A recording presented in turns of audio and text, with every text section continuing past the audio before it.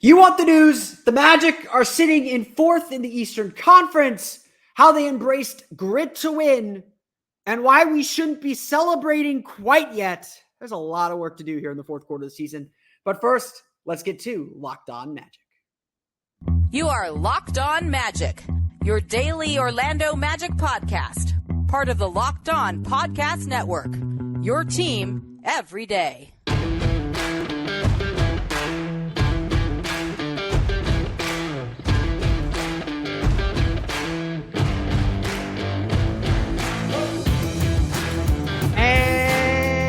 You are indeed Locked On Magic. Today is March 6, 2024. My name is Phil Prosper-Reich. I'm the expert and site editor over at OrlandoMagicDaily.com. You can follow me on Twitter at PhilipRR_OMD.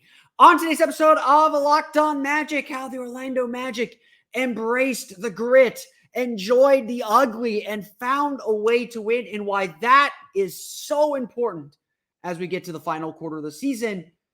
Also, why did they have to do that in the first place? Well, we'll get to the good and the bad of a big win over the Charlotte Hornets coming up here in just a moment. But first, we want to thank you again for making Locked On Magic part of your day every day, no matter when you listen to us, whether it's first thing in the morning, whether it's right when we upload.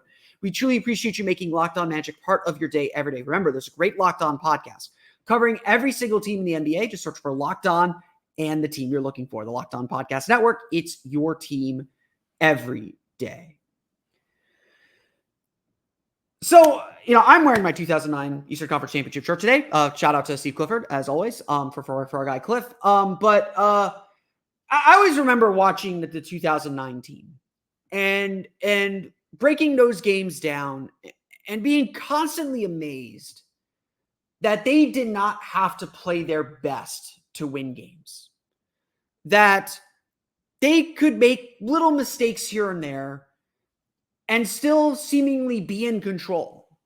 And I don't know if that's like a sign that they're like true contenders. I'm not sitting here saying that this year's team is a true contender, but it was always, especially after a decade plus of not being around and certainly not being basketball conscious. I'm the same age as the team. Not being basketball conscious enough to remember the details and the day-to-day grind of the 95 and 96 team. It always struck me as that was a hurdle that team climbed over. That was something that made that team different. They could win games even when they played like total garbage. And look, I'm going to get to this in the second segment. I want to be positive today. Everyone's happy. The Magic won. They're fourth in the Eastern Conference. Let's celebrate some things right now. But the Magic played like complete garbage for long chunks of this game against the Charlotte Hornets. They have scored 101 points against one of the worst defensive teams in the league. There are a lot of things to be concerned about and larger trends that the Magic are going to have to clean up because, as we've said on this pod numerous times, as the players and the coaches have said, we're playing to a standard. This stuff is not about, this is not about playing the Charlotte Hornets. I don't care about the Charlotte Hornets. No offense to our friends at Locked On Hornets. Listen to them. They do a great job covering the team. We're not playing the Charlotte Hornets. We're playing how we're going to need to play in the playoffs. And so I'm going to get to why the Magic came up short on that mark and the concerns that we have now that the stretch of easy games, quote unquote, is getting ready to end. We'll get to what happened there. But I do think it's important also to note that the Magic still won all these games. Like why? Like yes, we're not unfurling banners. We're not hanging things from the rafters for winning these games, but they're still winning games. At the end of the day, the Magic still took care of their business and frankly, did so comfortably. And that's a credit to the Magic knowing exactly who they are. The Magic were sloppy and slow for a good chunk of the first half, and yet they were always in control. They were down by 7 early, but once they got back in the game at the end of the first quarter, the Hornets, they took a brief lead in the third quarter, like we'll get to the struggles here in a minute. You can tell I'm itching to talk about it. But the Magic buckled down defensively. They essentially decided, well, if we're going to be terrible on offense, so are you. And that to me is actually a skill. To go into a game knowing we don't have it today, or just playing a game and the game playing out and it being, we don't have it today. That we're not at our best. And we're just going to have to scratch and claw and find a way. What separates okay teams from great teams is this ability. And I do draw that comparison directly to the 2009 to the 2010 team, because that is something they were really good at. They could have a bad shooting night. They could have a mediocre offensive night. And yeah, they got Dwight Howard, which makes everyone's life easier. But they would buckle down defensively. They would shut other teams out until they figure their things out offensively. And that's what the Magic did in this game. Like, they played incredible defense. They forced as many turnovers as they gave up. They blocked shots. They scrambled for loose balls. They made this game incredibly ugly until their offense finally started to come around. They hit enough shots to build the lead. They got that lead out to 16 in the fourth quarter, and it felt like a miracle. It really did feel like that the Magic pulled one out, pulled it out of their, butts, wherever you want to say. It was ugly, and there's no such thing as an ugly win, but it was ugly. It wasn't pretty to watch, and it was Magic basketball. Yes, there are things to clean up, and you can tell I'm like chomping at the bit to talk about those because I'm a problem solver. I want to highlight problems here, not always in a negative way, but we'll get to that. The Magic had to embrace this grit to win. The Magic had to find a way, and credit to Charlotte. Their defensive game plan was really good and executed well. They walled up the paint. They took away any of the Magic's driving lanes. They dared the Magic to shoot, and Orlando obliged them with 35 three-pointers. Magic entering this game were 4-16 when they took 35 or more threes. They're now 5-16. It was an ugly, ugly, ugly basketball game. And unfortunately for Charlotte, Orlando was cool playing that. And it's a credit to the Magic's poise and composure that despite their frustrations, despite their inability to score, despite their turnovers, despite all the mistakes they were making, it didn't affect them on the other end. It didn't stop them from playing defense. They didn't put their heads down. Yeah, maybe they complained to the refs a little bit too much, but they didn't put their heads down. They got to work. And the Magic are going to make mistakes in the playoffs. They're going to get into a playoff game that's exactly like this game against the Hornets, obviously against a better opponent. No offense to Charlotte. You are what your record says you are. They're going to get into games exactly like this. And those games are going to test the same resolve the Magic had to show to win this one. And if Orlando can embrace being ugly, of having to find and scratch and claw their way to a victory, getting on the floor for loose balls, creating blocks, finding fast break points, just finding little pockets to score, seeking those mismatches and finding them, overcoming their mistakes, they're going to have to do all of this when they get into a playoff series. They are. And this was a game that showed us they can do it. And as I say during Summer League, when we don't necessarily believe everything we're seeing, it's better to know a team can do something than they can't. And the Magic throughout this stretch against losing teams that they've had since the All-Star break have continually proven they have the resolve, they have the mettle, they have the composure, they have the maturity to do what it takes to win, no matter what the game is calling for. And that is something to be proud of. That is something to build on. That is something that will carry over into the playoffs. Of course, why do you need that against the Charlotte Hornets?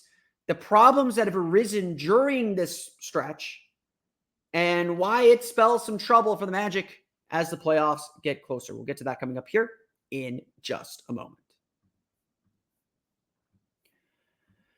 But first, it's time for a quick word from our friends over at eBay Motors. Passion, drive, and patience. What brings home the winning trophy is also what keeps your ride or die alive. eBay Motors has everything you need to maintain your vehicle and level it up to peak performance, from superchargers, roof racks, exhaust kits, LED headlights, and more.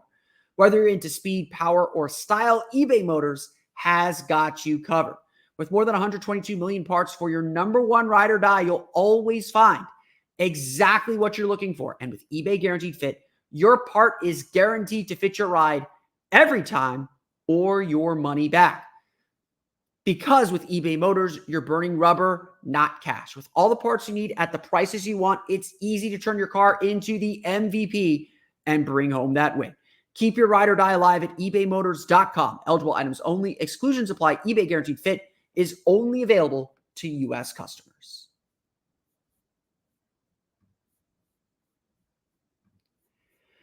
We want to thank you for making Locked On Magic part of your day every day. For your next listen, be sure to check out the Locked On Sports Today 24/7 streaming channel on YouTube, and now available on the Amazon Fire TV app and the free Fire TV channels app.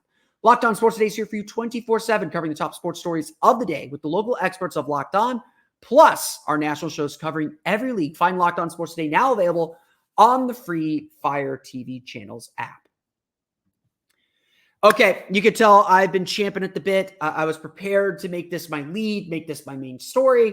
And then as I thought about it, because we are dealing with some history, I should have probably mentioned at the top of the show, the Magic are sitting in fourth in the Eastern Conference. The prophecy of our shoot, I'm forgetting the name of the guy from Dune now, from Lisa Al-Gaib, Markel Fultz, has come true. The Magic are sitting in the fourth seed here as we turn toward the fourth quarter of the season, the final 20 games of the year. I actually have the final 20 games now almost completely memorized. The pieces of the schedule are there. I haven't memorized the full 8-game homestand. I know the teams, but I don't have the dates and things. But that's me. That's a me thing. The Magic are now 10 games over 500 as well for the first time since April 2012. Dwight was already out at that point. But literally, they have the best record they've had since Dwight Howard left. It feels very cathartic. And I know I've referenced the 2009 team. I'm wearing my 2009 Eastern Conference Championship shirt for those who are not watching on the YouTube channel. It feels cathartic to know that we're at that stage. And I bring that comparison up to compare this team to a very key characteristic of what made that team a championship level team. And again, I'm not here sitting and saying the Magic are a championship level team, because they very clearly have a lot of mistakes to figure out. Teams like the Detroit Pistons, like the Utah Jazz, like the Charlotte Hornets, even the Brooklyn Nets give a very wide margin for error. They allow you to make a lot of mistakes. And that is, frankly, what happened in this game. Why did the Magic have to show this grit and prove to us that they can win any game? Well, I mean, again, I credit Charlotte's defense a lot. Charlotte had a very strong defensive game plan. They executed it well. And the Magic just kind of said, okay, you want to play some defense? You think that's defense? We'll show you some defense. And they minus a few stretches here and there, they did that. They shut down Charlotte. They made Charlotte's life really miserable. It was their 10th game this season holding a team under a point per possession. I believe Charlotte was at like a 97 offensive rating. Like, Magic's defense was really, really good. But this is the thing. They're not going to be facing Charlotte. They're not going to be facing Detroit. Utah's offense is really good. And the job that the Magic did defensively on Utah, the job the Magic did on Brooklyn defensively, like, the defense is real. Magic are playing some very, very good defense right now, and it is bailing them out. But the kind of self-inflicted mistakes the Magic are making right now against bad teams is going to haunt them in the playoffs. And again, what we're doing here is we are not playing the opponent. We're not playing the Washington Wizards, the Charlotte Hornets, the Detroit Pistons. We're not playing them. We're playing the playoff standard. We're playing and trying to get to a level that will win playoff games, that will win playoff series. And I'll tell you this. If the Magic play offense defense was good. If the Magic played offense the way they played against Charlotte, the way that they made mistakes against Detroit, the mistakes that they made against Utah and Brooklyn, if they play that way, they are going to lose a playoff series. Not only are they going to lose a playoff series, let me just get into a granular thing. They're going to lose a playoff game that they should win. A 2-2 series becomes a 3-1 series. That is a very different thing. And I don't think I think the thing that this team doesn't realize and potentially cannot realize until it happens to them, the margin for error in the playoffs does not exist. If you make a mistake, you lose. And you lose big. And I don't think this team understands that because they're certainly not playing like it. This game was just frankly sloppy. It was, and the refs let them play physical. The Magic defense did its job. Like this was not a bad defensive game. I'm not throwing the defense under the bus. This game, though, was sloppy. Orlando's spacing was terrible. Their energy was low. They looked lost out there. And again, I credit Charlotte's defense a lot. They did a great job clogging the paint. Daring the Magic shoot. Magic made 13 to 35 threes. They made 37.1% of the threes. That wasn't the issue. But they did a great job shutting Orlando out of the paint. Orlando scored only 42 points in the paint, 21 for 30 shooting. That's, again, first thing I look at in the box score usually with the Magic is points in the paint. 42 points in the paint is very low. This team averages about 53 points in the paint per game. Again, credit to Orlando's defense. They only give up 30. They won the paint. You win the paint, you win the game. That's the motto. But Orlando had 18 turnovers in this game, including 12 in the first half. And these were not turnovers that Charlotte was forcing with like ball pressure or anything. It wasn't like the play where Wendell Carter ripped the ball from Brandon Miller off a trap and the ball squirted out to Jalen Suggs for him to get a run-out dunk and an and one. These were turnovers where the Magic were not catching the ball cleanly, were throwing the ball cross court when a simple pass was needed, when they were late making a read. These were lethargic. These were unfocused passes. And my issue with this game is the Magic won. Their defense was great. My issue with this game was more that Orlando did not execute. They did not play well. They beat themselves in all ways. And I'm not even getting into making 8 of 15 free throws. Let's just focus on the turnovers then. Since the All-Star break, Orlando has the second worst turnover rate in the league. They didn't get to 20 turnovers this game, but they have 2 games with 20 turnovers. And yes, they are 7-1, so they're able to paper over this, but so much of that is they're playing bad teams. They're playing Detroit. Again, no offense to these teams, but you play those teams, you can make mistakes because they're going to make mistakes right back at you. Orlando scored 18 turnovers. Charlotte only scored 10 points off those turnovers. Charlotte had 19 turnovers. Orlando scored 23. Game the Magic won by 12. They outscore the Hornets with the same number of turnovers by 13 points. That was the game. The Magic made Charlotte pay for their mistakes. Charlotte didn't make Orlando pay for theirs. That was the game. And again, credit to Orlando's defense. That's a big part of this. And a lot of them were dead ball turnovers. The Magic did a good job getting back, did a good job challenging. I don't think Charlotte had any fast break points in this game. 0 fast break points, only 3 attempts. Like, Orlando did a good job defensively. Like, their defense made up for these mistakes. But you're playing Philadelphia in a first-round series. Tyrese Maxey is taking that ball and going down the court and scoring on you before you can think. You're playing, New York. They spread the floor out. When they're healthy, they spread the floor out so well. They're banging a 3 on you off a turnover and off a mistake. You're playing Miami. I don't need to say much more about that. At the end of the day, since the All-Star break, because the only team with a winning record Orlando's played since the All-Star break was that first game against Cleveland, and the first game after the All-Star break is always a little screwy. At the end of the day, Orlando is feasting on these teams, and these teams are not making Orlando pay for their miscues. Even Atlanta. Like, Atlanta did a little bit, but that game really came down to Orlando couldn't hit shots. And that was understandable on the back-to-back. The Magic have to be better. And, they talk about playing to a standard. And I think in a lot of ways, the Magic have played to a playoff standard. I think in a lot of ways, we are seeing this team blossom into a playoff team. And I want to highlight, and I highlighted that. I want to highlight that. I want to note that. I want to say that this Magic team is looking more playoff ready by the day. But we know there are tougher challenges ahead. I'm not looking past Washington on Wednesday. I think this game Wednesday against Washington is going to be really tough. Back-to-back against a fast-paced team that can score a lot of points. They're on a long losing streak. They just came back from a West Coast trip, which, that first game back from West Coast trip is always kind of weird too. This is there's a chance the Magic could be that team. I'm not going to be upset about it, but it could happen because the Magic are really bad, especially on defense on the second night of back-to-backs. Wednesday's game is going to be a game where the Magic have to show their grit. It also has to be a game where the Magic don't make these kinds of self-inflicted mistakes. And again, you might be able to get away with it a little bit against Washington because they will make mistakes. They're going to fall. They're going to hurt them. They're going to help you help yourself. But even an injured New York team, Indiana on Sunday, when they get to that 8-game homestand and they play some of the tough teams that they got on that 8-game homestand, there are real challenges ahead. And the Magic have to get ready for the playoffs. And it starts with the things they can control. Turnovers, free throws, defending without fouling. These are all things the Magic have struggled with this season. And now is the time to stop it.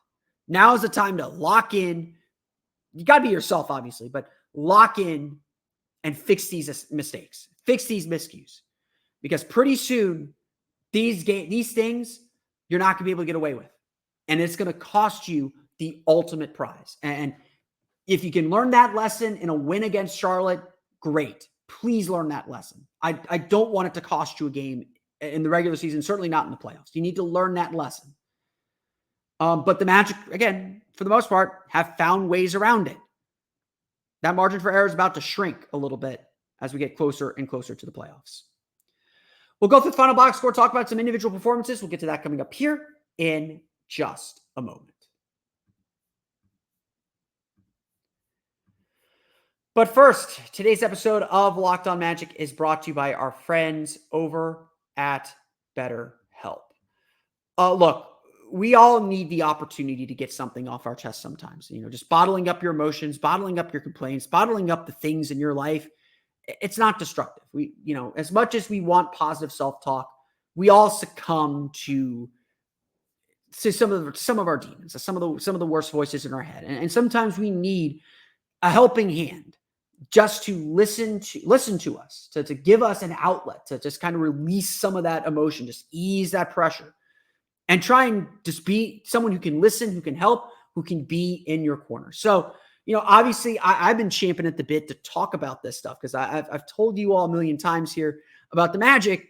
When some of y'all accused me of being too friendly when the team was struggling, I was like, oh, just wait till the Magic are winning. I'm going to be miserable because nothing makes coaches and analysts more miserable than winning because you want to win more. That's a destructive way of thinking. So, I actually, when it comes to my coverage, I sometimes have to take a step back and say, hey, let's get some perspective. Let's understand where we're at, where we're going, what we're accomplishing. Let's find the positive in everything, even as we work to get better. That's honestly all therapy is someone giving you the chance to step back, take a global look at where you're at and what you're doing, and help you see the positives in your life. That's why therapy can be so important. Therapy can be different for everyone, though. So most of us have bigger problems in our favorite sports teams, and it's important to get things off your chest every once in a while. If you're thinking of starting therapy, give BetterHelp a try. It's entirely online, designed to be flexible, and suited to your schedule. Visit BetterHelp.com/LockedOnNBA to get 10% off your first month. That's BetterHelp, HELP.com/LockedOnNBA.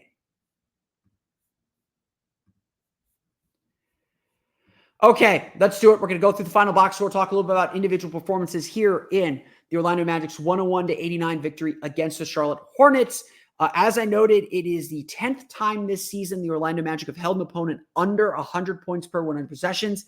They did so only 5 times last year, if I counted correctly. I don't math very well, so maybe I didn't. But it's an impressive feat, especially with the NBA having one of the most efficient offenses in league history this year, just overall. It's impressive. I believe they have 3 games since the All-Star break. There are 7 games. They've held an opponent under 100 points. at this point, holding teams under 110 is impressive. So a lot of credit to the Magic's defense. And I want to start there. 19 turnovers for 23 points, no fast break points allowed, only 7 second chance points, only 30 points in the paint. They give a 45.8% shooting, 12 for 33 from beyond the arc. Charlotte does make 11 of 11 free throws, but only 11 free throws is a really strong defensive effort. They made sure Charlotte did not have easy offense throughout. And yes, they played only an 8-man rotation, so very, very limited group.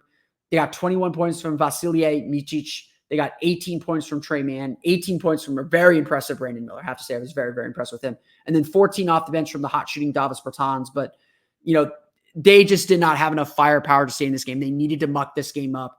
And the Magic were like, cool, like, let's do it. Let's have a really ugly game. And, I think Orlando was frustrated a little bit with their shot making and their turnovers, especially, but they never let that affect their defense for the most part. They really stayed engaged and locked in. Overall, like Orlando just won their minutes. Paolo Banchero leads the way, 22 points, 9 for 19 shooting, 2 for 5 from 3, 2 for 2 from the foul line. Again, just tells you how physical and how little, kind of action there was in the paint in this game that they got to the line so few times. 5 rebounds, 3 assists. He did have 5 turnovers. In fact, 9 of the Magic's 18 turnovers came from Paolo Banchero and Franz Wagner. And so to some extent, you can live with that. A lot of Paolo's turnovers were trying to make cross-court passes. Like he's trying to make the right play. So you're not so angry at them. But again, they're not the right play. You want to make the simple pass, the simple play, the simple read. And all the time, it just felt like the entire Magic team was trying to make the home run play. They were trying to just do a little bit too much, and that caught them in mistakes throughout the game. But give Paolo this. He got downhill when he needed to get downhill. When the Magic needed a basket, they gave the ball to Paolo, and Paolo made sure that they got a good shot and made sure he got to the basket, got to the rim, and finished. Like there were just so many times when Charlotte was making a push, made a couple threes, and Paolo just made a play that just like, kind of halted the momentum and made those shots. That, just kind of like little things that aren't going to show up on a highlight sheet, but just the plays that just stem the tide and keep everyone cool and calm in a game that was really disjointed and didn't have a lot of rhythm for either side. Franz Wagner had only 8 points. He had 4 turnovers. A lot of his turnovers came from Charlotte knocking the ball away from him on drives. He really, really, really, really struggled getting downhill and getting to the basket. Just a lot of shot attempts where, the ball was just knocked out of his hands, like just really, really weird stuff. I thought Charlotte did Charlotte's defensive game plan was really great. Steve Clifford had a great game plan. They did a really good job showing their hands, being physical, knocking the ball away from guys, just kind of being in their face a little bit. And Orlando, I think, was taken a little bit aback by it. I think they were, I hate to say this, I think they were expecting cakewalk. I think they're expecting Charlotte to not roll over, but to be easy to break down defensively. And when Charlotte played the level of defense that they played, I think it caught them a little bit by surprise. Again, it was just a much more physical game than I think Orlando was anticipating. And, they hadn't seen Charlotte in a while. They get Charlotte 2 more times here in the next month. So I'm sure they will adjust. I'm sure they'll be better prepared for it the next time around. Again, Franz just couldn't get himself going. 4 for 11 shooting, over 5 from 3. He had a 3 taken off because of an offensive foul. He had an angry dunk. That was the highlight of his game, but just couldn't get himself going. And really no one else in the starting lineup got themselves going. It was just a weird game. Jalen Suggs was in foul trouble all game, 4 points for him. Gary Harris had 9 points, 2 for 2 from 3. The Magic continue to have a great record when Gary Harris makes at least 2 threes in the game. And so this game was really saved by the bench. Like the bench was bad on Sunday against Detroit. The bench was the one that reasserted the lead in the first quarter and the one that expanded the lead in the fourth quarter. Cole Anthony led the way with 14 points, 5 for 11 shooting, 2 for 8 from 3, just really took over in the fourth quarter, just made shot after shot after shot, got to the basket, just made plays that gave the Magic some cushion and helped expand that lead. We made a couple shots late in the third quarter, actually, too, to really push the lead out as well. Mo Wagner and Jonathan Isaac each with 11. Jonathan Isaac with 4 for 4 shooting, 6 rebounds. A really active and great game from him. Had 2 stocks. His steal led to a breakaway dunk. He was just active around the basket, made his threes, made his 3. He only took 1 3, but a really great game. And then Mo Wagner, I don't think I need to describe his game. Just great rolling to the basket, just always present, made some great plays. And, I got to shout out Joe Ingles as well. 8 assists in the game. Only took one shot. It was a rush 3, but 8 assists. He really helped move the ball. 8 of the Magic's 23 assists. They did not, have a great passing game. 23 assists on 40 field goal makes. It was a rough, disjointed offensive game. So to have Ingles being able to move the ball really helped that bench unit. And finally, Anthony Black, 10 points, 3 for 5 shooting, 3 for 4 from beyond the arc. His 3-point shooting is really reliable now. Like you feel confident that he's going to make shots. If he's going to pull the trigger on a shot, you feel very confident that it's going in. And that's a credit to him, and it deserves a lot more attention. And I hope I'll be able to have the time to give it some attention here. Because, with Markelle Fultz likely playing on Wednesday, he's probably going to go back to a bench role, although Gary Harris is probably going to miss Wednesday's game. So we might see some Anthony Black. AB was really, really good in this game. Orlando shoots 54.1% from the floor. So again, a game where the Magic shoot very well. 13 for 35 from 3, which isn't terrible. 37.1% there. Like I said, Orlando gets their 5th win of the season, 5-16 in games where they shoot 35 or more threes. So it's usually a bad sign that they shoot so many threes, especially in a game that was played as slow as this one. But Orlando's able to get away with it, get the win. 18 turnovers, but that leads to only 10 points for the Hornets. Charlotte shoots 45.8% from the floor, 36.4% from 3, 19 turnovers or 23 points. Like I said, that's the difference of the game. Orlando made Charlotte pay for their mistakes. Charlotte did not make Orlando pay for their mistakes. That is the complete difference in this game. The Orlando Magic defeat the Charlotte Hornets 101-89. The Magic back in action on Wednesday. They head to the nation's capital to take on the Washington Wizards. We'll have a complete recap of that game on tomorrow's episode of Locked On Magic. But that's going to do it for me today. I want to thank you all again for listening to today's episode of Locked On Magic. You can, of course, find me on Twitter at @PhilipRR_OMD. Subscribe to the podcast on Apple Podcasts, Stitcher, TuneIn, Himalaya, Google Play, Spotify, Odyssey, and all of them. We send all podcasts to your podcast listening device. You can find us as well on YouTube at Locked On Magic. To search for Locked On Magic or go to youtube.com/@LockedOnMagic. For the latest on the Orlando Magic, including our 5 questions for the 4th quarter of the season, we will talk about that later on in the week. You can check that out at OrlandoMagicDaily.com. Follow us on Twitter at OMagicDaily. And even for even more content, be sure to check out my Patreon page, the Orlando Magic Hub, at patreon.com/Orlando Magic Hub. Now that you're done listening to us, be sure to check out the Locked On Sports Today 24/7 streaming channel. You can find that on YouTube, as well as now on the Amazon Fire TV, and the free Fire TV channels app. Locked On Sports Today is here for you 24/7, covering the top sports stories of the day with the local experts of Locked On, plus our national shows covering every league. Find Locked On Sports Today now available in the free Fire TV channels app. That's going to do it for me today, though. I want to thank you all again for listening to today's episode of Locked On Magic. For Orlando Magic Daily and Locked On Magic, this has been Philip Rossman-Reich. We'll see you all again next time for another episode of Locked On Magic.